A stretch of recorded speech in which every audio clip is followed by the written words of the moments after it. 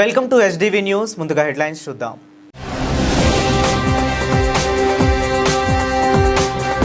Davos వెళ్లే ముందు వివిధ పథకాల అమలుపై సీఎం చంద్రబాబు సమీక్ష. పర్యటన నుంచి తిరిగి రాగానే నివేదికలను సమర్పించాలని ముఖ్యమంత్రి ఆదేశం.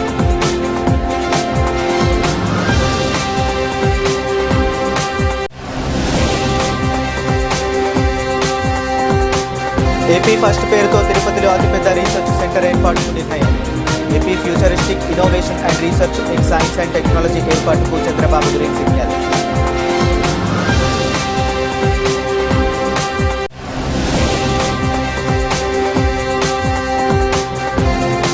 బెజవాడలో మద్యం బాబులు మరోసారి వీరంగం.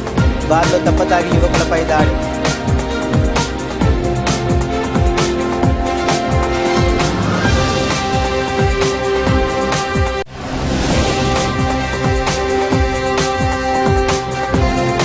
రైజు ద్వారా మహిళా పారిశ్రామికవేత్తల ఆలోచనలకు కార్యరూపం.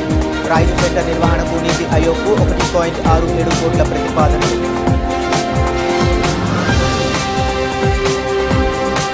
మహిళా పారిశ్రామికవేత్తల ఆలోచనలకు rural incubation, skilling and entrepreneurship centre ద్వారా కార్యరూపం ఇస్తున్నామని, జిల్లాలో 5,000 మంది మహిళలను పారిశ్రామికవేత్తలుగా తయారు చేసి ఒక కుటుంబం ఒక పారిశ్రామికవేత్త సంకల్పాన్ని నెరవేర్చేందుకు కృషి చేస్తున్నామని జిల్లా కలెక్టర్ డాక్టర్ జి లక్ష్మీష అన్నారు.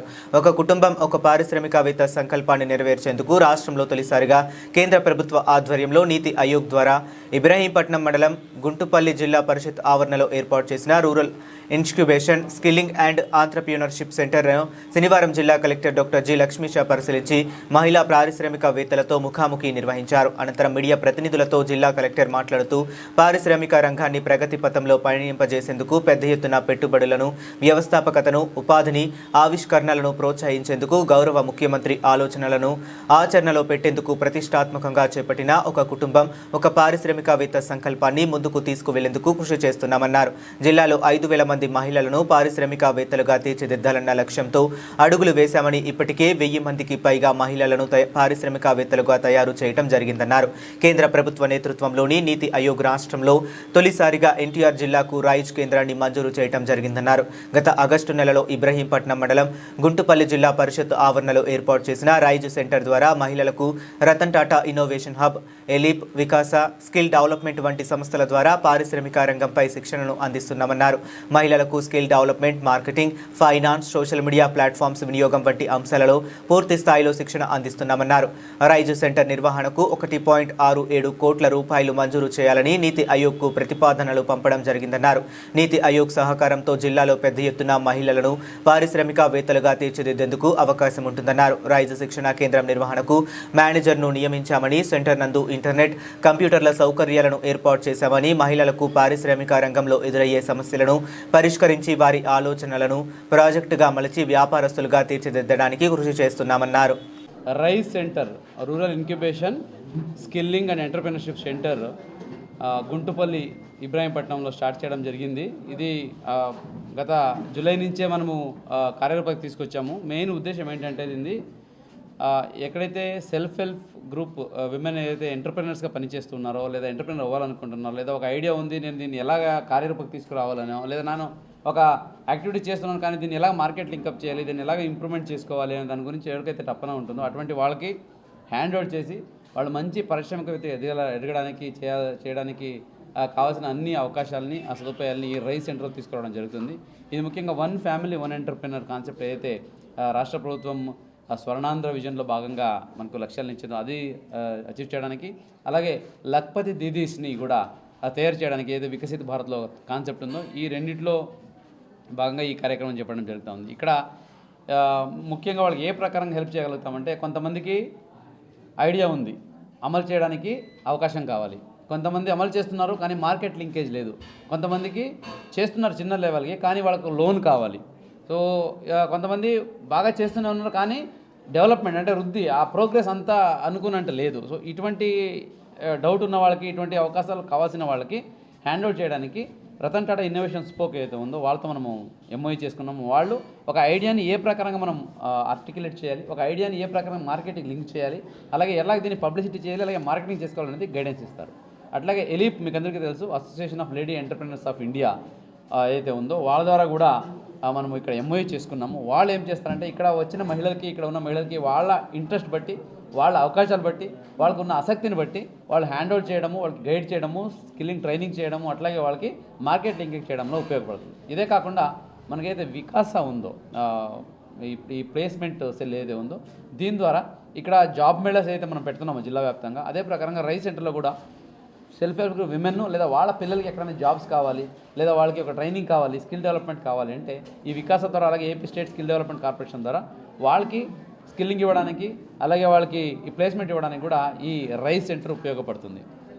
ఇదే కాకుండా ఏదో ఇగ్నైట్ పెట్టుకున్నాం మనం, ఇన్ఫర్మేషన్ ఫర్ గ్రోత్ అని మనము జిల్లా స్థాయిలో పెట్టుకుంటున్నాము. ఆ ఇగ్నైట్లో ఎవరికి ఏ స్కీమ్ గురించి ఇన్ఫర్మేషన్ కావాలన్నా, లేదా వాళ్ళకి ఆ స్కీమ్ అమలు చేసే దాంట్లో ఉన్న ఇబ్బందుల గురించో, లేదా టెక్నికల్ అప్రైజల్ గురించి ఏదైనా కావాలని కూడా హెల్ప్ చేయడానికి రైస్ సెంటర్ ఉపయోగపడుతుంది. ఇది కాకుండా ఏఐ ఫర్ షూర్ మీరందరూ పార్టిసిపేట్ చేశారు, చూశారు కూడా. ఎవరైతే ఇప్పుడు ఆల్రెడీ ఎంటర్ప్రెనర్స్ ఉన్నారో, మహిళా పారిశ్రామికవేత్తలు ఉన్నారో, చిన్న చిన్న స్థాయిలో చేస్తూ ఉన్నారో, వాళ్ళకి ఈ digital marketing, digital internet based marketing, అలాగే పబ్లిసిటీ అయితే ఉందో దీనికి నేర్పించడానికి ఆర్టిఫిషియల్ ఇంటెలిజెంట్ ఎయిడెడ్ లెర్నింగ్, అలాగే అడ్వర్టైజ్మెంట్ కూడా నేర్పించడానికి ఈ సెంటర్ ఉపయోగపడుతుంది. ఇదే కాకుండా ఎంబ్రాయిడరీ, కుట్టు మిషన్స్, అట్లాగే కంప్యూటర్ ఎయిడెడ్ లెర్నింగు, ఈ ఎక్సెల్, అలాగే ఎంఎస్ ఆఫీస్ నేర్చుకోవడము, అలాగే కంప్యూటర్ ఎంబ్రాయిడరీ ఫెసిలిటీస్ కూడా ఈ రైస్ సెంటర్లో పెట్టడం జరిగింది. దాన్ని ఇక్కడ ఉన్న మహిళలు ఫ్రీ ఆఫ్ కాస్ట్ వచ్చి వాడుకోవచ్చు. ఇక్కడ ముఖ్యంగా ఏంటంటే ఒక మహిళకి వాళ్ళ ఇంట్లో నేను పని చేయాలని ఆలోచించుకోలేదు, కొంచెం రాసుకోవాలంటే వాళ్ళకి అవకాశం ఉండకపోవచ్చు. వాళ్ళు ఇక్కడ వస్తే ఒక ఎన్విరాన్మెంట్ క్రియేట్ అవుతుంది వాళ్ళకి. ఇక్కడ ఉన్న వాళ్ళు గైడ్ చేస్తారు, ఒకరికొకరు ఆలోచించుకొని, ఒకరికొకరు చర్చించుకొని. డాల్స్ చేయడం చేస్తున్నా, ఈ బిజినెస్ చేస్తున్నాను. పేపర్స్తో డాల్స్ చేసి వాటిని సేల్ చేస్తున్నాను. నాకు ఎస్హెచ్జి నుంచి డిఆర్డిఏ ఆఫీస్ నుంచి, తర్వాత కలెక్టర్ గారి సపోర్ట్తోనే నా బిజినెస్ లాస్ట్ 7 years నుంచి నేను ఒక రేంజ్లో ఉంటే ఈ 1 year జస్ట్ ఒక 6 monthsలో నా బిజినెస్ డబుల్ అయిందండి. మంచి మార్కెటింగ్ సపోర్ట్ దొరుకుతుంది. అండ్ కొత్త వీళ్ళు కొనుక్కోవడానికి కూడా కొత్త వ్యక్తులకి ఎక్కువ మంది మార్కెటింగ్ దొరుకుతుంది, ఎక్కువ మంది వస్తున్నారు. నాకు డిఆర్డీ ఆఫీస్ నుంచి కలెక్టర్ గారి సపోర్ట్తో నా బిజినెస్ డబుల్ అయిందండి. మల్టిపుల్ నాకు ఎగ్జిబిషన్ స్టాల్స్ కూడా నాకు వాళ్ళు అరేంజ్ చేసి ఇస్తున్నారు. వాటి వల్ల నాకు మంత్లీ 50,000 అబోవ్ ఇప్పుడు ఆదాయం వస్తుంది. నా డాల్స్ని మన స్టేట్లోనే కాకుండా ఇతర దేశాలకు కూడా ఇప్పుడు ఎగుమతి చేస్తున్నాను.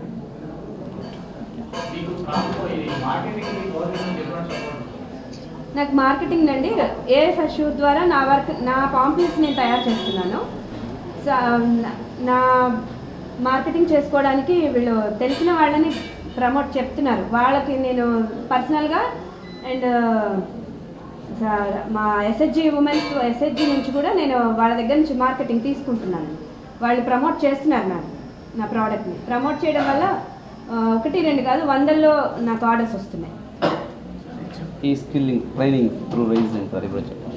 దీని ద్వారా ఇప్పుడు నెక్స్ట్ నేర్చుకున్న వాళ్ళకి నేను ఇప్పుడు అడిగారు కదా, అది రైస్ సెంటర్ ద్వారా నాకు ఇప్పుడు నేను ఆల్రెడీ నేర్చుకుని ఒక 8 member వర్కర్ తోటి పని చేయించుకుంటున్నాను. ఈ వర్క్ బిజినెస్ జరుగుతూ కూడా నాకు ఇప్పుడు మ్యాన్ పవర్ అవసరమైంది. ఆ మ్యాన్ పవర్కి నేను ఇప్పుడు ఇక్కడ ఈ రైస్ సెంటర్లో వాళ్ళకి ట్రైనింగ్ ఇచ్చి వాళ్ళ నుంచి నేను మళ్ళీ వర్క్ తీసుకొని నా బిజినెస్ కొనసాగిస్తున్నాను. రైస్ సెంటర్ ద్వారా నాకు ఎక్కువ ప్రొడక్షన్ సపోర్ట్ వస్తుంది. ఎక్కువ మంది పనిచేసే మ్యాన్ పవర్ దొరకడం వల్ల వాళ్ళ నుంచి ఎక్కువ ప్రొడక్షన్ నేను అంటే కాన్ఫిడెంట్గా బిజినెస్ ముందుకు వెళ్ళగలుగుతున్నాను. ఇదే ప్రోడక్ట్ అది. నమస్తే అండి, నా పేరు ఉమా అండి. నేను బీటెక్ చేశాను. బీటెక్ చేసి నేను ఒక బిజినెస్ స్టార్ట్ చేయాలనే కాన్సెప్ట్ ఎందుకు వచ్చిందంటే, కరోనా టైంలో మేము ఈ బిజినెస్ స్టార్ట్ చేయాలి అనుకున్నాము. ఈ ఎద్దుగానుగ నుంచి ఆయిల్ తీస్తామండి. మేము న్యాచురల్గా తీస్తాము ఆయిల్. ఎద్దుగానుగ నుంచి న్యాచురల్గా తీస్తాము, అంటే మనకి కరెంట్తో పని ఉండదు, స్లో ప్రాసెస్లో ఆయిల్ తీస్తాము. మేము ఈ గానుగ పెట్టుకోవడానికి నాకు గవర్నమెంట్ చాలా సపోర్ట్ చేశారు. మన డిఆర్డిఏ ఆఫీస్ నుంచి సార్ వాళ్ళు పీడీ సార్ సపోర్ట్ చేశారు. నెక్స్ట్ అక్కడి నుంచి నన్ను కలెక్టర్ గారి దగ్గర దాకా తీసుకెళ్లారండి. నేను ఇప్పుడు 1 యూనిటే ఉంది, నాకు 2nd యూనిట్ చేసుకోవడానికి కూడా నాకు చాలా సపోర్ట్ చేశారు. మార్కెటింగ్ వచ్చేసి నాకు డిజిటల్ మార్కెటింగ్ కానీ, లేదంటే ఇంకా మాకు ఏఐ కానీ ఈ ట్రైనింగ్కి నన్ను పిలుస్తున్నారనమాట. నాకు అంత నాలెడ్జ్ లేదు, అంటే వాటి మీద అంత అవగాహన లేదు. దాని నుంచి నేను అవగాహన తెచ్చుకొని ఇప్పుడు నా బిజినెస్ని ఇంకా ఎంత డెవలప్ చేసుకోవాలి, ఎలా డిజిటల్ మార్కెటింగ్ చేసుకోవాలి అనే కాన్సెప్ట్లో ఉన్నాను. నెక్స్ట్ నేను ఈ PMFME ద్వారా 10 lakhs లోన్ తీసుకున్నాను. ఆ స్కీమ్లో నేను సబ్సిడీ పొందుతున్నాను అనమాట. నెక్స్ట్ వచ్చేసి రైజ్ అనే ప్రోగ్రామ్ ద్వారా ఇంకొంచెం ఎలా డెవలప్ చేసుకోవాలి అనే కాన్సెప్ట్ కూడా తెలుసుకోగలిగానండి. Thank you. రాష్ట్రంలోని వివిధ ఇరిగేషన్ ప్రాజెక్టుల నిర్మాణాన్ని ప్రాధాన్యతల వారీగా చేపట్టాలని ముఖ్యమంత్రి నారా చంద్రబాబు నాయుడు ఆదేశించారు. గత ఏడాది ఆంధ్రనీవా కాల్వ వెడల్పు పనులకు గడువు నిర్దేశించుకుని పూర్తి చేశామని, అలాగే పోలవరం ప్రాజెక్టు పనులను పరుగులు పెట్టించామని గుర్తు చేశారు. అదే తరహాలో 2026 ఏడాదిలో వెలిగొండ, ఉత్తరాంధ్ర ప్రాజెక్టుల నిర్మాణ పనులను పూర్తి చేయాలని సీఎం స్పష్టం చేశారు. శనివారం క్యాంపు కార్యాలయంలో వివిధ శాఖల మంత్రులు, ఉన్నతాధికారులతో సీఎం సమావేశమయ్యారు. రాష్ట్ర ప్రభుత్వం అమలు చేయాల్సిన కీలక ప్రాజెక్టులపై సమీక్ష నిర్వహించారు.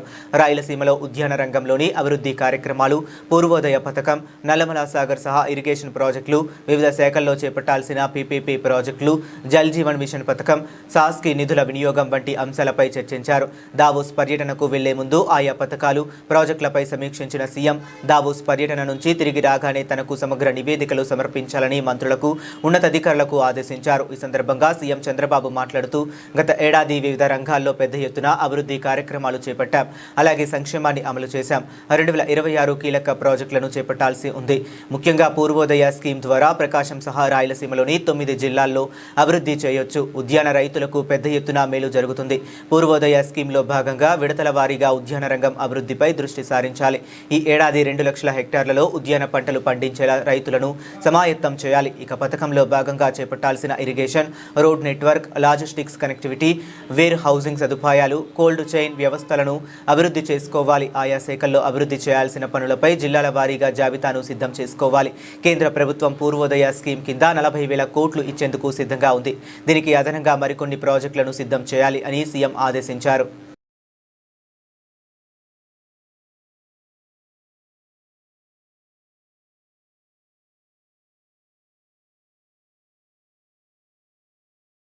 గుట్టిపట్టి రవికుమార్, పల్నాడు జిల్లా ఇన్ఛార్జ్ మంత్రి, పల్నాటి ప్రాంతంలో వైసీపీ హయాంలో రక్తాలు పారితే టీడీపీ హయాంలో పంట భూములు నీళ్లు పారుతున్నాయి. ఇద్దరు వ్యక్తుల మధ్య జరిగిన ఘటనను రాజకీయ రంగు పులిమి వైసీపీ కుట్రలు పన్నుతుంది. చంద్రబాబు నాయకత్వంలోని తెలుగుదేశం పార్టీకి, జగన్ నేతృత్వంలోని వైసీపీకి మధ్య ఉన్న తేడా ప్రజలకు బాగా తెలుసు. అరాచకాలతో గందరగోళం చేసే పార్టీ వైసీపీ గ్రామాల అభివృద్ధి ధ్యేయంగా పనిచేసే లక్ష్యంతో కూటమి ప్రభుత్వం ముందుకు వెళుతుంది. ప్రజలు 11 సీట్లకు పరిమితం చేసినా వైసీపీకి బుద్ధి రాలేదు. ఎక్కడ ఎవరు చనిపోయినా, శవ రాజకీయాలు కోసం పాకులాడుతూ ప్రజల్ని మభ్యపెట్టాలని వైసీపీ చూస్తుంది. పల్నాడులో ప్రశాంత వాతావరణం నెలకొల్పి అక్కడ ప్రజలు బాగుపడేలా కూటమి ప్రభుత్వం చర్యలు, అక్రమ సంపాదన మీద పెట్టిన వైసీపీకి, తెలుగువాడి ఆత్మగౌరవం కోసం పెట్టిన తెలుగుదేశం పార్టీకి మధ్య తేడా ప్రజలకు బాగా తెలుసు. గతంలో ఎక్కడ ఫ్యాక్షన్ కన్నా కఠినంగా అణిచివేసి ప్రజలు సుఖశాంతులతో ఉండాలనే లక్ష్యంతో వ్యవహరించిన నాయకుడు చంద్రబాబు అధికారంలో ఉన్నప్పుడు 5 ఏళ్లు జగన్ పల్నాడులో హింసను ప్రేరేపించాడు. పల్నాడులో తెలుగుదేశం నేతల పరామర్శకు చంద్రబాబు వెళ్లకుండా ఆయన ఇంటి గేటుకు తాళ్లు కట్టారని ఎరపతినేని నియోజకవర్గం పిన్నెలి గ్రామంలో 300 మంది ఊరు విడిచి వెళ్లిపోయేలా చేశారు. ఒక గురుజాల నియోజకవర్గంలోని ఎస్సీ, బీసీలను 12 మందిని చంపేశారు. అక్రమ మైనింగ్ గుంటల్లో పిల్లలు చనిపోతే ఎవరూ పట్టించుకోలేదు. హత్య రాజకీయాలు ఎక్కడ జరిగినా ప్రభుత్వం సీరియస్గా తీసుకుని తప్పు చేసిన ఎవరిని వదిలిపెట్టదు. వ్యక్తిగత హత్యల్ని రాజకీయ హత్యలుగా మార్చే కుట్రలు ఎవరు చేసినా ఉపేక్షించే ప్రసక్తే లేదు. ఇటీవల కాలంలో 10వ తారీఖున ఇద్దరు వ్యక్తుల మధ్య జరిగిన సంఘటన హత్యకు దారితీసింది. అది అందరికీ తెలుసు ఆ ప్రాంతంలో ఏం జరిగిందనేది. దాన్ని వైఎస్ఆర్ పార్టీకి సంబంధించిన నాయకులు కానీ, ఆ పార్టీ వాళ్ళు కానీ అందరూ కూడా కలిసి దాన్ని రాజకీయ హత్య కింద మార్చేసి మా తెలుగుదేశం పార్టీ మీద బురద వీసే ప్రయత్నం చేస్తా ఉన్నాడు. ఈ రాష్ట్ర ప్రజలందరికీ కూడా తెలుసు నాయుడు గారు ఎలాంటి వారో, లేకపోతే తెలుగుదేశం పార్టీ ఎలాంటిదో తెలుసు. అదేవిధంగా వైఎస్ఆర్ పార్టీ ఏంటో అనేది ఒకసారి గత 5 సంవత్సరాల్లో పరిశీలిస్తే మీ అందరికీ తెలిసింది. అదేవిధంగా మీరు చూస్తూ ఉన్నారు గడిచిన 5 సంవత్సరాలు పల్నాడు జిల్లాలో హత్య రాజకీయాలు కానీ, దాడులు కానీ తెలుగుదేశం పార్టీ కార్యకర్తల మీద ఏ విధంగా జరిగిన పల్నాడు ప్రాంతం మొత్తం కూడా గందరగోళం చేసే పరిస్థితి చేశారు. లాస్ట్ పరామర్శకి చంద్రబాబు నాయుడు గారు వెళ్తున్నా సరే దాడి పెట్టే పరిస్థితి తీసుకొచ్చారు. ఆ రకమైన అరాచకం సృష్టించారు. ఇవాళ చూడండి, ఏ గ్రామంలో ఎక్కడన్నా ఈ విధమైన ఉండయా? గతంలో ఊర్లో గ్రామాల్లో గొడవలతో రక్తాలు పడితే మా ప్రభుత్వం అధికారంలోకి వచ్చిన తర్వాత గ్రామానికి వ్యవసాయ భూముల్లోకి నీళ్లు భరించే ప్రయత్నం చేస్తున్నాము. అంత బ్రహ్మాండంగా మేమంతా పనిచేసుకుంటా రైతులకి నీళ్లు అందించుకుంటా ఆ కార్యక్రమాలు మేము ఉన్నాం. చిన్న సంఘటన కూడా మా పార్టీకి భూయాలని ఉన్నారు. మీరు చూస్తే ఒకసారి వాస్తవాల్లోకి వెళ్తే పల్నాడులో పోయినసారి గవర్నమెంట్ లో ఒక్క ఎరపతినేని గారి కాన్స్టిట్యున్సీలోనే దాదాపు 300 మందిని ఒక గ్రామంలో మాచవరం గ్రామం పిన్నెల మాచవరం మండలం పిన్నెల గ్రామంలో ఒకే 300 మందిని అసలు ఆ ఊర్లో నుంచి వెళ్ళిపోయారు, పారిపోయారు. వీళ్ళ దెబ్బకి పొలాలన్నీ బీడు పెట్టుకున్నారు, ఇళ్లన్నీ వదిలేసి వెళ్ళిపోయారు. ఎక్కడో కూలికి నాలికి రైతులుగా ఉండే ఊర్లో వాళ్ళందరూ కూడా కూలి నాలికి వెళ్ళి పనిచేసుకోవాల్సిన పరిస్థితి ఉంది. దాదాపు అదే కాన్స్టిట్యున్సీ ఒక్క కాన్స్టిట్యున్సీ లో 12 మందిని చంపేశారు. అందుట్లో 2 ఎస్సీలు ఉన్నారు. మన చంద్ర గారి బీసీ, ఆయన కుటుంబాన్ని రోడ్డు మీద తెలుగుదేశం పార్టీ కార్యకర్తని తెలిసి కూడా కిరాతకం చంపేశారు. అదే కాకుండా అక్రమ మైనింగ్ చేశారు, విపరీతంగా చేసేసి ఆ గుంటలు ఉంటే ఆ గుంటల్లో కూడా పిల్లలు చనిపోయి 7-8 మంది పిల్లలు చనిపోయినా సరే ఎవరు కూడా పట్టించుకోలేదు. ఇట్లా 1 కాదు 2 కాదు అరాచకాలు చేసుకుంటా వెళ్ళిపోయిన ప్రభుత్వం ఏదైనా ఉందంటే అది వైఎస్ఆర్ ప్రభుత్వం. మా ప్రభుత్వం మొదటి నుంచి ముఖ్యమంత్రి గారు చెప్పేది గ్రామాలు అభివృద్ధి ధ్యేయంగా పనిచేయాలి, అభివృద్ధి లక్ష్యంగా పనిచేయాలి. అందరూ పొద్దున రైతులనక రైతులనక కష్టపడి వ్యవసాయ కుటుంబాల నుంచి వచ్చిన రాష్ట్రం మంది. అందరూ కూడా కష్టపడి పని చేసుకుంటున్నారు, వాళ్ళ పిల్లల్ని కష్టపడి చదివించుకుంటున్నారు, వాళ్ళకి ఉద్యోగాలు కల్పించాలి అనే ధ్యేయంతో ఈ ప్రభుత్వం పనిచేస్తుంది. కానీ ఇప్పటికి కూడా ప్రజల బుద్ధి చెప్పి 11 సీట్లు వచ్చినా సరే వాళ్ళకైతే బుద్ధి రాలేదు. ఇంకా ఇప్పటికి కూడా గ్రామాల్లో చిన్న సంఘటనలు జరిగి ఎక్కడన్నా హత్యలు జరిగితే ఎవరన్నా చనిపోతే దానికి పార్టీ రంగు పూసి ఇమ్మీడియట్ గా ఎవరు చచ్చిపోతారా ఏం జరిగిందని పరిగెత్తుకుంటూ వచ్చి గ్రామాల్లో దాన్ని కూడా రాజకీయ లబ్ధి కోసం చేకూర్చే ప్రయత్నం చేస్తూ ఉన్నారు. ఇది ఒక్కసారి ప్రజలు గమనించాల్సిన అవసరం ఉంది. పల్నాడుని ఎట్టి పరిస్థితుల్లో ప్రశాంతమైన వాతావరణంతో ముందుకు తీసుకెళ్తాం. మీరు చూసుంటారు గతంలో ఎక్కడ ఫ్యాక్షన్ ఉన్నా అణిచివేసిన నాయకుడు ఎవరైనా ఉన్నారంటే చంద్రబాబు నాయుడు గారు. ప్రశాంతమైన వాతావరణంతో ప్రజలందరూ సుఖశాంతులతో ఉండాలనే ధ్యేయంగా గడిచిన 40 సంవత్సరాల నుంచి అదే ధ్యేయంగా పనిచేసిన పార్టీ తెలుగుదేశం పార్టీ, నారా చంద్రబాబు నాయుడు గారు. మీరు చూస్తూ ఉన్నారు జగన్మోహన్ రెడ్డి వచ్చిన దగ్గర నుంచి ఏ విధంగా హత్య రాజకీయాలు జరిగినాయో, ఏ విధంగా తెలుగుదేశం పార్టీ మీద దాడులు చేశారో, లాస్ట్కి చంద్రబాబు నాయుడు మీద కూడా అక్రమ కేసు పెట్టి జైల్లో పెట్టిన పార్టీ అది. మా పార్టీకి ఆ పార్టీకి సంబంధం లేదు. అది ప్రజల అక్రమ సంపాదన మీద పెట్టిన పార్టీ మాది, తెలుగువాడి గౌరవం మీద పెట్టిన పార్టీ మాది. ఇలాంటి హత్య రాజకీయాలకు సంబంధించి ఏ చిన్న సంఘటన రాష్ట్రం నలుమూలల ఎక్కడ చిన్న సంఘటన అయినా సరే ప్రభుత్వం సీరియస్గా ఉంది. డిపార్ట్మెంట్ కూడా చాలా సీరియస్గా తీసుకొని ఎక్కడ కూడా చిన్న సంఘటన జరిగినా ప్రభుత్వం కానీ ముఖ్యమంత్రి చంద్రబాబు నాయుడు గారిని ఎట్టి పరిస్థితిలో ఉపేక్షించే ప్రసక్తి లేదు. సంక్రాంతి సెలవులు ముగియడంతో విజయవాడ హైదరాబాద్ జాతీయ రహదారిపై వాహనాల రద్దీ ఏర్పడింది. ప్రజలు హైదరాబాద్కు తిరిగి వెళుతుండటంతో పంతంగి టోల్ ప్లాజా, చౌటుప్పల్, చిట్యాల వద్ద వాహనాలు నెమ్మదిగా కదులుతున్నాయి. ఈ రద్దీని తగ్గించేందుకు పోలీసులు 3 లైన్లలో వాహనాలను మళ్లిస్తున్నారు. యువతరం భవిష్యత్తును తీర్చిదిద్దేలా కూటమి ప్రభుత్వం కృషి చేస్తుందని, ఆ దిశగా వారికి అన్ని విధాలా సహకరించేలా రాష్ట్ర ప్రభుత్వం సంసిద్ధం కావాలని ముఖ్యమంత్రి చంద్రబాబు నాయుడు స్పష్టం చేశారు. ఈ మేరకు భవిష్యత్తులో ఏ రంగాల్లో అవకాశాలు ఉంటాయో గుర్తించడంతో పాటు ఆయా రంగాల్లో వారిలో నైపుణ్యాన్ని పెంచడంపై ఇప్పటి నుంచే దృష్టి పెట్టాలని సీఎం చంద్రబాబు సూచించారు. క్యాంపు కార్యాలయంలో శుక్రవారం aerospace, defence, IT, digital transformation సలహాదారులతో సీఎం సమావేశమయ్యారు. ఈ భేటీలో డ్రోన్ కార్పొరేషన్ ఉన్నతాధికారులు పాల్గొన్నారు. ఈ సందర్భంగా ముఖ్యమంత్రి చంద్రబాబు నాయుడు కీలక నిర్ణయం తీసుకున్నారు. రాష్ట్రంలో తిరుపతి కేంద్రంగా అతిపెద్ద రీసెర్చ్ కేంద్రం ఏర్పాటు చేయాలనే ప్రతిపాదనలను ముఖ్యమంత్రి అంగీకరించారు. AP futuristic innovation and research in science and technology AP first పేరుతో తిరుపతిలో రీసెర్చ్ కేంద్రం ఏర్పాటుకు సీఎం గ్రీన్ సిగ్నల్ ఇచ్చారు. ఈ సందర్భంగా ముఖ్యమంత్రి మాట్లాడుతూ రాష్ట్రాన్ని అన్ని రంగాల్లో అభివృద్ధి చెందేలా ప్రభుత్వం ప్రణాళికలు రచిస్తుంది. వివిధ రంగాల్లో కంపెనీలు కూడా పెట్టుబడులు పెట్టడాన్ని ముందుకు వస్తున్నాయి. Aerospace, defence, space technology, AI, cyber security, సెమీకండక్టర్ల డివైడ్నెస్, సెన్సర్లు, quantum technology, health care, biotechnology, green energy, rural area technology వంటి రంగాలు భవిష్యత్తులో కీలకం కానున్నాయి. రాష్ట్ర ప్రభుత్వం కూడా దీనికి అనుగుణంగా పాలసీలు రూపొందిస్తుంది. ఆయా రంగాల్లో పెట్టుబడులు పెట్టే కంపెనీలను ప్రోత్సహిస్తుంది. దేశంలో తొలిసారిగా గ్రీన్ ఎనర్జీ రంగంలో గ్రీన్ అమోనియా ప్లాంట్ కాకినాడలో ఏర్పాటు చేయబోతున్నాం. ఈ తరహాలో కొత్త ఆవిష్కరణలకు వివిధ స్టార్టప్ కంపెనీలకు రాష్ట్రం వేదికగా నిలవాల్సి అవసరం ఉంది. ఇలా వచ్చే కంపెనీలకు, పరిశ్రమలకు నైపుణ్యం ఉన్న యువతను అందించాల్సిన బాధ్యత రాష్ట్ర ప్రభుత్వంపై ఉంది.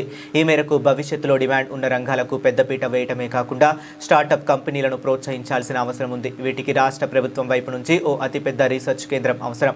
తిరుపతిలో ఏర్పాటు చేయబోతున్న ఏపీ ఫస్ట్ వ్యవస్థ ఆ అవసరాలను తీర్చేలా, రాష్ట్రంలోని యువతకు సహకరించేలా పూర్తి స్థాయిలో పనిచేయాలని తిరుపతిలోని ఐఐటి, ఐఐఎస్, రెండు ప్రముఖ జాతీయ విద్యా సంస్థల కాంబినేషన్లో ఏపీ ఫస్ట్ ఏర్పాటు కాబోతుంది. దీన్ని అత్యంత ప్రతిష్టాత్మకంగా తీర్చిదిద్దాలి. ఏపీ ఫస్ట్ వ్యవస్థను సమర్థవంతంగా నిర్వహించేందుకు కేంద్ర ప్రభుత్వంతోనూ సంప్రదింపులు జరపాలి అని సీఎం చంద్రబాబు అన్నారు.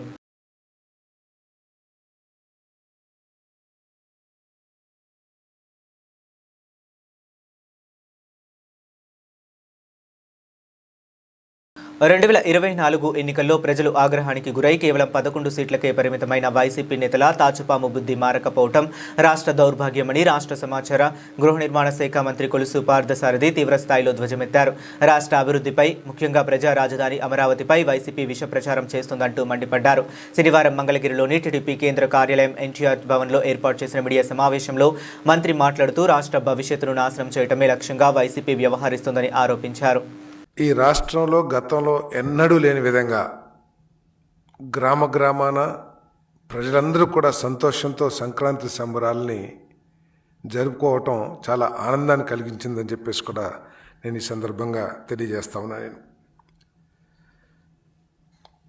భవిష్యత్తులో ఈ రాష్ట్రం అభివృద్ధి చెందుతుంది. ఈ రాష్ట్రంలో యువతి యువకులందరికీ కూడా ఉపాధి అవకాశాలు, మంచి ఉద్యోగ అవకాశాలు లభిస్తాయి.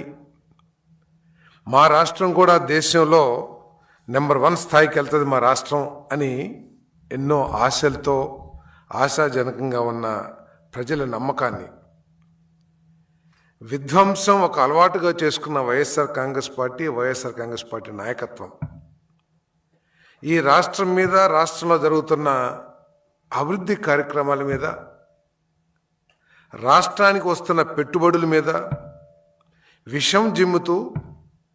విషాన్ని జిమ్మటమే కాకుండా బెదిరింపులకు కూడా ప్రజాస్వామ్యాన్ని, రాజ్యాంగాన్ని గౌరవించే ఏ రాజకీయ పార్టీ కూడా చేయని విధంగా ఈ రాష్ట్రంలో వైఎస్ఆర్ కాంగ్రెస్ పార్టీ కంకణం కట్టుకుని మరీ పనిచేస్తుందని చెప్పేసి నేను మనవి చేస్తామని నేను ప్రత్యేకంగా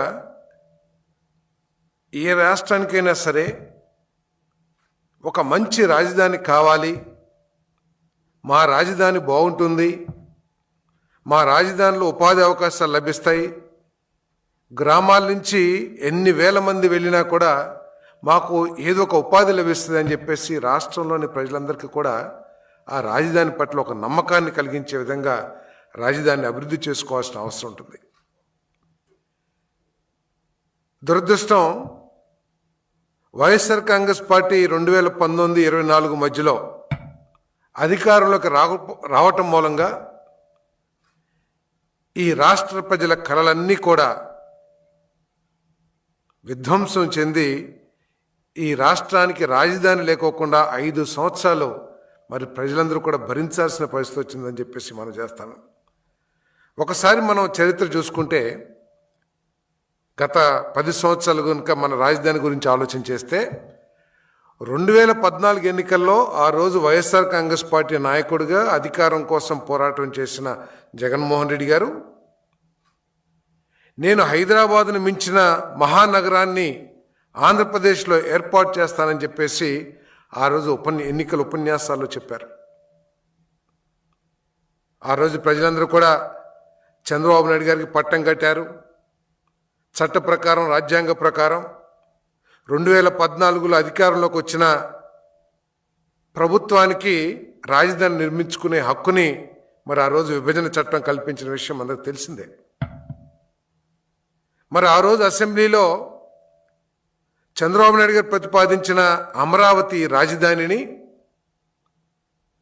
మనస్ఫూర్తిగా నేను ఆహ్వానిస్తున్నాను, సపోర్ట్ చేస్తున్నాను అని చెప్పేసి చెప్పిన జగన్మోహన్ రెడ్డి గారు ఏ విధంగా చేశాడో, ఈ అమరావతిని ఏ విధంగా విధ్వంసం చేశారో ఒకసారి ఆలోచించాలని చెప్పేసి మనవి చేస్తాను. ఆ రోజు ఆ విధంగా మాట్లాడిన జగన్మోహన్ రెడ్డి గారు, అదేవిధంగా ఆ పార్టీ ముఖ్య నాయకులు ఈరోజు మాట్లాడుతున్న తీరు చూస్తూ ఉంటే హాస్యాస్పదం, అభ్యంతరకరం, జుగుప్సాకరం అని చెప్పేసి కూడా నేను మనవి చేస్తా ఉన్నా. నేను చంద్రబాబు నాయుడు గారు 2014లో రాజధాని లేని రాష్ట్రానికి ముఖ్యమంత్రిగా ఎన్నికైన చంద్రబాబు నాయుడు గారు ఆ రోజు ఆయన నాయకత్వం పట్ల నమ్మకం ఉన్న 29,000 మంది రైతు సోదరులు వాలంటీర్గా ముందుకొచ్చి మా రాష్ట్రంలో ఒక అంతర్జాతీయ స్థాయి రాజధాని ఏర్పాటులో మేము కూడా భాగస్వాములు అవ్వాలి అనే ఒక గొప్ప ఆలోచనతో దాదాపు 33,000 ఎకరాలు రాజధాని కోసం వారు త్యాగం చేశారని చెప్పేసి నేను మనవి చేస్తామని నేను ఆ రోజు ఆ 33,000 ఎకరాల్లో ఇంకా ప్రభుత్వ భూములు కలుపుకుని దాదాపు 50,000 ఎకరాల్లో అంతర్జాతీయ స్థాయి రాజధాని ఏర్పాటు చేయటానికి సకల సౌకర్యాలు ప్రజలకి పేదవాళ్ళు గొప్పవాళ్ళు కార్మికులు మహిళలు రైతులు అందరూ నివాసయోగ్యం ఉండే ఒక రాజధానిని ఏర్పాటు చేస్తానికి చంద్రబాబు నాయుడు గారు అంకురార్పణ చేశారని చెప్పేసి కూడా నేను మనవి చేస్తాను. నేను ఆ రోజు అసెంబ్లీలో చెప్పారు జగన్మోహన్ రెడ్డి గారు, రాజధాని రాష్ట్ర నడిబొడ్డులో ఉండాలి, 30,000 ఎకరాల పైన భూమి అందుబాటులో ఉండాలి అని చెప్పిన వ్యక్తి తర్వాత ఏ విధంగా విషయం చిమ్మాడో ఈ రాజధాని పట్ల ఒక్కసారి ఆలోచించాలని చెప్పేసి నేను మనవి చేస్తా ఉన్నాను. ఈ విధంగా మాట్లాడిన వ్యక్తి 2019లో ఎన్నికల్లో అమరావతి రాజధాని, నేను ఇల్లు కట్టుకున్నాను తాడేపల్లిలో, మీకు ఎటువంటి అనుమానం అక్కర్లేదు, అమరావతి మనకు రాజధానిగా ఉంటుంది అని నమ్మబలికిన జగన్మోహన్ రెడ్డి గారు అధికారంలోకి వచ్చిన తర్వాత తుగ్లక్ని చూడని జనరేషన్స్కి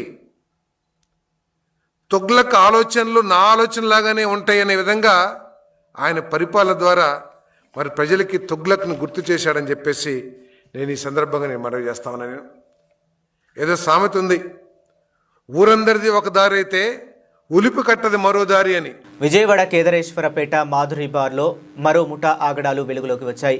బార్లో అందరూ చూస్తుండగానే బీర్ బాటిల్తో ఓ వ్యక్తి తలపై దాడి చేసి గాయపరిచిన దృశ్యాలు నగర వాసులను కలవరపెడుతున్నాయి. ఈ నెల 15వ తేదీ సంక్రాంతి పండుగ రోజు జరిగిన ఈ దాడి ఘటన సీసీ ఫుటేజ్ ప్రస్తుతం సోషల్ మీడియాలో హల్చల్ చేస్తుంది. వివరాల్లోకి వెళితే కేదరేశ్వరపేట ఎర్రగడ్డ ప్రాంతానికి చెందిన మోహన్ కుమార్ ఓ పార్సిల్ ఆఫీసులో పనిచేస్తూ జీవనోపాధి పొందుతున్నాడు. ఈ నెల 15వ తేదీ గురువారం నాడు అదే ప్రాంతంలోని ప్రభాస్ కాలేజీ వద్ద మాధురి బార్ అండ్ రెస్టారెంట్ కు పార్సిల్ తీసుకునేందుకు వెళ్లాడు. కౌంటర్లో పార్సిల్ తీసుకుంటుండగా అయోధ్య నగర్ కు చెందిన రాము, సాల్మాన్ అనే వ్యక్తులు మోహన్ పై దాడికి దిగారు. ముందుగా సాల్మాన్ తన చేతుల్లో ఉన్న బీర్ బాటిల్తో మోహన్ తలపై బలంగా కొట్టాడు. ఈ దాడి ఘటనను అడ్డుకునేందుకు ప్రయత్నించిన వ్యక్తులపై సైతం రాము, సాల్మాన్ దాడి చేశారు. అనంతరం మోహన్ పై ఇరువురు బీర్ సీసాలు, చేతులతో తీవ్రంగా దాడి చేశారు. ఈ ఘటనలో మోహన్ తలపై తీవ్ర గాయాలయ్యాయి. చెవి నుంచి తీవ్రంగా రక్తస్రావం అయింది. ప్రస్తుతం అతను విజయవాడ ప్రభుత్వ ఆసుపత్రిలో చికిత్స పొందుతున్నాడు. ఈ ఘటనపై బాధితుడు అజిత్ సింగ్ నగర్ పోలీసులకు ఫిర్యాదు చేశాడు. ఇదిలా ఉండగా నిందితులు రాము, సాల్మాన్లపై గతంలో నగరంలోని అనేక పోలీస్ స్టేషన్లలో కేసులు నమోదయ్యాయని బాధితుడు చెబుతున్నాడు. అందరూ చూస్తుండగానే బహిరంగంగా వీరు చేసిన దాడి ఆ ప్రాంత వాసులను తీవ్రంగా కలవరపెట్టాయి. గంజాయి, మద్యం, ఇతర మత్తు పదార్థాలను వీరు నిత్యం సేవిస్తుంటారు. ఆ మత్తులోనే అకారణంగా ఇతరులపై దాడి చేస్తుంటారని పలువురు చెబుతున్నారు. రాము, సాల్మాన్లపై పోలీసులు చర్యలు తీసుకోకుండా ఉండిపోవడంతో మీరు ఆగడాలు రోజురోజుకి శృతిమించిపోతున్నాయని ఆరోపణలు ఉన్నాయి. ఈ దాడికి సంబంధించి ఇద్దరు నిందితులపై రౌడీ సీట్లు లేవని సిఐ వెంకటేశ్వర్లు నాయక్ తెలిపారు. దీనిపై ఇప్పటికే కేసు నమోదు చేసి దర్యాప్తు చేస్తున్నామని పేర్కొన్నారు.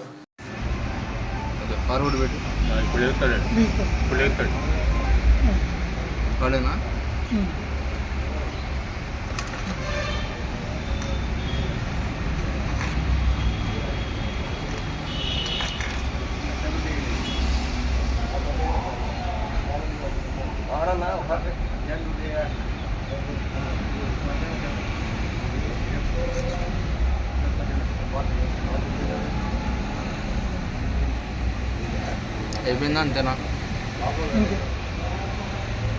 ఇంకా అలా వచ్చి రేపు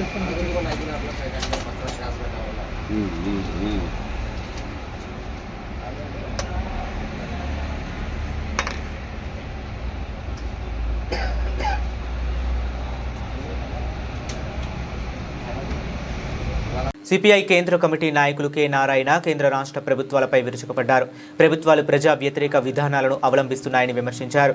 కేంద్రంలోని మోదీ ప్రభుత్వం, రాష్ట్రంలోని కూటమి ప్రభుత్వం కార్పొరేటర్లకు ఊడిగం చేస్తున్నాయని ఆరోపణలు గుప్పించారు. ప్రపంచ రాజకీయాలు మాట్లాడుతూ ట్రంప్ నియంతృత్వ పోకడలను విమర్శించారు. శనివారం దాసరి భవన్లో సిపిఐ జాతీయ నాయకులు కె నారాయణ మీడియా సమావేశం నిర్వహించారు. ఈ సమావేశంలో ఆయన మాట్లాడుతూ కేంద్ర రాష్ట్ర ప్రభుత్వాలు కార్పొరేటర్లకు ఊడిగం చేస్తూ దేశ సంపదను దోచిపెడుతున్నాయన్నారు. నక్సలైట్లను చంపినంత మాత్రాన నక్సలిజం అంతం కాదని స్పష్టం చేశారు. రాష్ట్రంలో, దేశంలో అటవీ సంపదను దోచుకోవటానికి నక్సల్స్పై దాడులు జరుగుతున్నాయన్నారు. రాష్ట్రంలో కలప దొంగలను, ఎర్రచందనం దొంగలను రెడ్ కార్పెట్ వేశారని ఆరోపణలు చేశారు. రాష్ట్ర నదీ జలాలు వివాదం రాష్ట్రాల సమన్వయంతో పరిష్కరించుకోవాలన్నారు. వైసీపీ నాయకులు జగన్మోహన్ రెడ్డిది నెగిటివ్ మైండ్ అన్నారు. మోడీ వల్ల దేశానికి, ప్రజాస్వామ్యానికి ప్రమాదం ఉందన్నారు. 100 సంవత్సరాల కమ్యూనిస్టుల చరిత్రలో దేశంలో ఐక్యతకు, సామాజిక సమానత్వం కోసం, ఆర్థిక సమానత్వం కోసం, సాంఘిక సమానత్వం కోసం పోరాటాలు చేశారన్నారు. ఖమ్మంలో జరిగే 100 సంవత్సరాల వేడుకలకు ప్రజలు, కార్యకర్తలు పెద్ద ఎత్తున పాల్గొనాలని పిలుపునిచ్చారు. ఈసీ సెక్రటరీ అయిన తర్వాత ఫస్ట్ టైం కలిసి ప్రెస్ మీట్ పెడుతున్నా. అప్పుడు నేను లేను. అందరం పండుగలు బ్రహ్మాండంగా చేసుకున్నాము. కోళ్ల పందాలు బ్రహ్మాండంగా ఆడుకున్నారు. 2000 కోట్ల రూపాయల దాకా పలికింది. ముఖ్యమంత్రి చంద్రబాబు నాయుడు కూడా సతీ సమేతంగా వాళ్ళ ఊర్లో పోయి మంచిగా పండుగలు చేసుకున్నారు. సంతోషం. కానీ ఒకవైపు పండుగలు జరుగుతుంటే మరోవైపు ప్రపంచ ఉద్రిక్త వాతావరణం వస్తూ ఉంది. అమెరికా అధ్యక్షుడు ట్రంప్ నాయకత్వాన వెనిజులాలో ఎలక్ట్ అయినటువంటి ప్రెసిడెంట్ భార్యని నేను రాత్రే తీసుకెళ్ళిపోయారు. బహుశా ప్రపంచంలో వింతైన అరుదైన ఘటన ఏంటంటే ఒక దేశం అధ్యక్ష వాళ్ళ భార్యని తీసుకెళ్ళిపోవడం ఫస్ట్ టైం. వాళ్ళు పోయి దాడి చేసి చంపేసి సద్దాం హుసేన్ చంపేశారు, అది వేరు. అది అంటే ఫ్రాక్చర్స్ ఎట్లయితే కిడ్నాప్ చేస్తారో అది చేస్తున్నారు. దీన్ని ఎవరు అందరూ ముక్తిగంత ఖండించాలి. దాన్ని ఎన్నికైన ప్రభుత్వానికి రక్షణ లేకుండా పోతే ఆ దేశంలో ఉన్న ప్రజలు తిరుగుబాటు చేసి ఓడిస్తే మనకి అభ్యంతరం లేదు. ఇప్పుడు నేపాల్లో చేశారు, శ్రీలంకలో అట్లా ఉద్యమం చేశారు, బంగ్లాదేశ్లో అట్లాంటి ఉద్యమం చేశారు. ఆ ప్రజానికి తిరుగుబాటు చేసి ప్రభుత్వాలు పడగొట్టడం పర్లేదు. కానీ ఏదో 2000 కిలోమీటర్లకు అవతల ఉన్నటువంటి అమెరికా వాళ్ళు వచ్చి ఆ విధంగా కిడ్నాప్ తీసుకోవడం అంటే ఆయన ఏమంటాడు, మీరు మాదక ద్రవ్యాలు అమ్ముతున్నారు, అది వెనుజులా నుంచి వస్తూ ఉంది అని చెప్తున్నాడు. ఆయన ఎప్పుడు కానీ కుక్కను సంపాదించుకుంటే పిచ్చి కుక్కను చేసి అమ్ముతాడు. సద్దాం హుసేన్ ఏమన్నాడు, నా అణ్వాయుధాలు తయారు చేశాను అన్నాడు. ఏమని చెప్పినా ఒప్పుకోలే.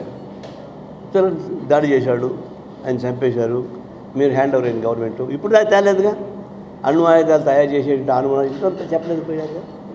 ఇప్పుడు ఇది కూడా అంతే. డ్రగ్స్ సరఫరా చేసిన నేపథ్యంతో డ్రగ్స్ కాదు వాళ్ళ ఉద్దేశం, ఆయిల్ సరఫరా కోసం వాళ్ళు పోయింది. పేరేమో డ్రగ్స్, అసలు ఉద్దేశం ఆయిల్. చిత్తం శివుడి పైన, చూపు ప్రసాదం పైన. దానికోసం వాళ్ళు దాడి చేశారు. దాడి చేసి వెంటనే అమెరికన్ కంపెనీస్ మీరంతా పోయిండి ఆక్యుపై చేసుకోండి అని చెప్పేశారు. అంటే వాళ్ళకి వచ్చింది కేవలం వెనిజులా ఉన్న సంపద.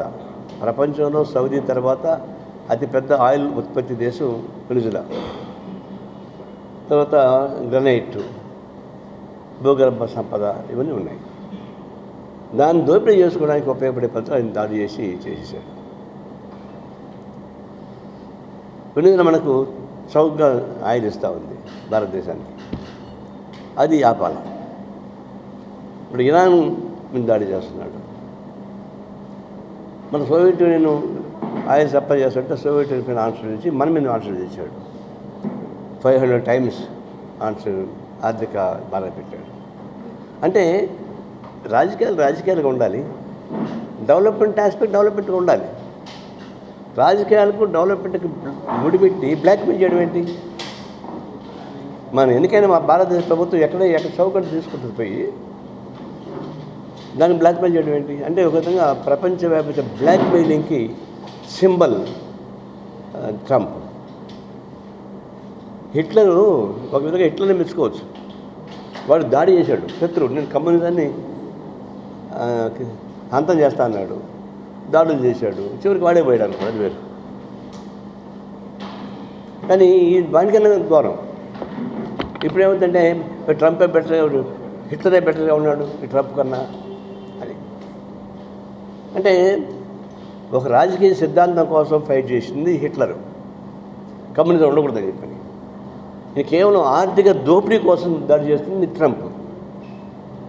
ఇది ఎకనమిక్ అఫెండర్, ఆర్థికపరమైనటువంటి యాక్టు. ఎకనమిక్ అఫెండర్కి బెయిల్ లేదు మన యాక్ట్ ప్రకారం. ఇది ఎకనమిక్ అఫెండర్ ప్రపంచవ్యాప్తంగా. అంత ఘోరం చేస్తున్నాడు. ఇప్పుడు మా పార్టీ శతాబ్ది ఉత్సవాలను పురస్కరించుకొని ఖమ్మంలో 100 సంవత్సరాల ముగింపు వేడుకలు చాలా పెద్ద ఎత్తున కొనసాగిస్తూ ఉన్నాం. అందులో భాగంగానే ఈరోజు వివిధ ప్రాంతాల నుంచి కూడా ప్రత్యేక రైళ్లను కూడా ఏర్పాటు చేశాం. అదేవిధంగా రాష్ట్ర వ్యాప్తంగా ఒక 50,000 మంది కమ్యూనిస్ట్ పార్టీ కార్యకర్తలు ప్రజలను పెద్ద ఎత్తున ఖమ్మం పట్టణానికి సమీకరించబోతూ ఉన్నాం. ముఖ్యంగా 100 సంవత్సరాల్లో భారత కమ్యూనిస్ట్ పార్టీ సిపిఐ మా జాతీయ నాయకులు చెప్పినట్టు ఈ దేశ ఆర్థిక, రాజకీయ, సామాజిక, సాంఘిక జీవన విధానంలో తనదైనటువంటి ప్రముఖమైన పాత్ర పోషించినటువంటి పార్టీ భారత కమ్యూనిస్ట్ పార్టీ. ఆ యొక్క ఉద్యమాన్ని పునశ్చరణ చేసుకొని భవిష్యత్ ఉద్యమానికి 100 సంవత్సరాల ఉద్యమ స్ఫూర్తితో భవిష్యత్ ప్రణాళికను రూపొందించబోతూ ఉన్నాం. ఆ నేపథ్యంలోనే భారతదేశంలో ఉన్నటువంటి 5 వామపక్ష పార్టీలు అక్కడికి రాబోతూ ఉన్నాయి. దాదాపు ఇతర దేశాల నుంచి కూడా వివిధ కమ్యూనిస్టు పార్టీ నాయకులంతా కూడా అక్కడికి హాజరు కాబోతూ ఉన్నారు. ఈ సందర్భంగా దేశంలో లెఫ్ట్ ముందున్నటువంటి సవాళ్ళు, నేడు ఉన్నటువంటి ఫ్యాసిస్టు పాలక ప్రభుత్వాలు అవలంబిస్తున్నటువంటి విధానాలపైన మేము ఎలాంటి పోరాటాలకు శ్రీకారం చుట్టాలనేటువంటి అంశంపైన అక్కడ చర్చించబోతా ఉన్నాం. ఈ యొక్క శతాబ్ది ఉత్సవాల ముగింపు అనంతరం 3 రోజుల పాటు సిపిఐ జాతీయ సమితి సమావేశాలు కూడా అక్కడ జరగబోతా ఉన్నాయి. ఒకటి ఇంటర్నేషనల్ సెమినార్ కూడా అక్కడ ఆర్గనైజ్ చేస్తా ఉన్నాం. అదేవిధంగా రాష్ట్రంలో కూడా చంద్రబాబు నాయుడు గారి ప్రభుత్వం రాను చాలా పెద్ద ఎత్తున ప్రజా వ్యతిరేక విధానాలకు పాల్పడుతూ ఉంది. భూ కబ్జాలు సర్వాంతర్యామిగా మారిపోతూ ఉన్నాయి. అదేవిధంగా ప్రైవేటీకరణ విధానాలు చెప్పేది ఒకటి చేసేది ఒకటి అనే పద్ధతిలో కొనసాగుతూ ఉన్నాయి. ఈరోజు మెడికల్ కాలేజీలన్నింటినీ కూడా తగ్గేటువంటి సమస్య లేదని చెప్పేసి బాబు గారు చెప్తా ఉన్నారు. 17 మెడికల్ కాలేజీలు PPP అనేటువంటి పేరుతో ప్రైవేటీకరణ చేయడానికి పూనుకుంటా ఉన్నాడు. మరొక వైపున అమరావతిలో ఇప్పటికే 53,000 ఎకరాలు ఉంటే మళ్ళీ రెండోసారి ల్యాండ్ పూలింగ్కు ఆహ్వానిస్తూ ఉన్నారు. ఇప్పటికీ అక్కడ రైతాంగం కూడా ఆందోళన చెందుతూ ఉంది. 2 సంవత్సరాలైనా కూడా రైతులకు ఇచ్చినటువంటి వాగ్దానం అక్కడ ల్యాండ్ ఇచ్చినటువంటి వారికి అమలు కానటువంటి స్థితి ఒకవైపున కొనసాగుతూ ఉంది.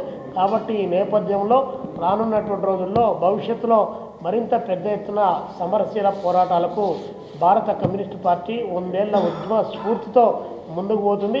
ఎర్రజెండా నేలకు ఒరిగింది, ఎర్రజెండా చేత ఏమీ కాదు అని చెబుతున్నటువంటి పాలకులకు రేపు ఖమ్మంలో జరగబోయేటువంటి ఆ యొక్క శతాబ్ది ఉత్సవాలే ఒక హెచ్చరికలాగా జరుపుతా ఉన్నాం.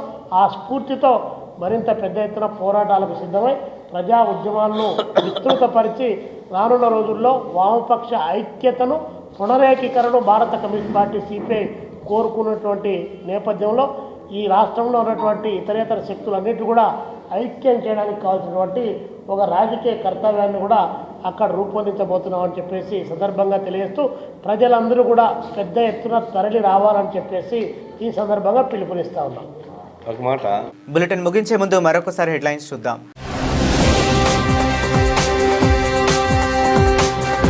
దావోస్ వెళ్లే ముందు వివిధ పథకాల అమలుపై సీఎం చంద్రబాబు సమీక్ష. పర్యటన నుంచి తిరిగి రాగానే నివేదికలను సమర్పించాలని ముఖ్యమంత్రి ఆదేశం.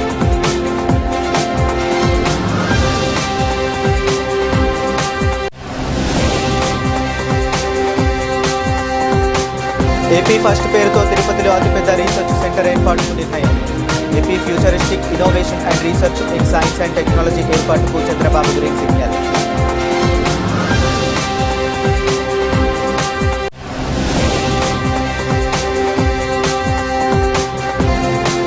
బెజవాడలో మద్యం బాబులకు మరోసారి వీరంగం. బార్లో తప్పతాగి యువకులపై దాడి.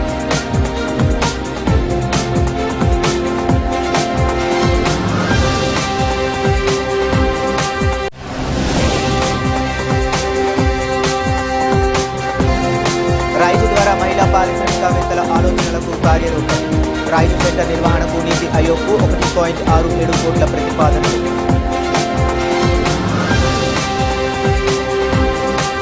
ఇవి ఇప్పటి వరకు ఉన్న అప్డేట్స్. మరిన్ని అప్డేట్స్ కోసం కీప్ వాచింగ్.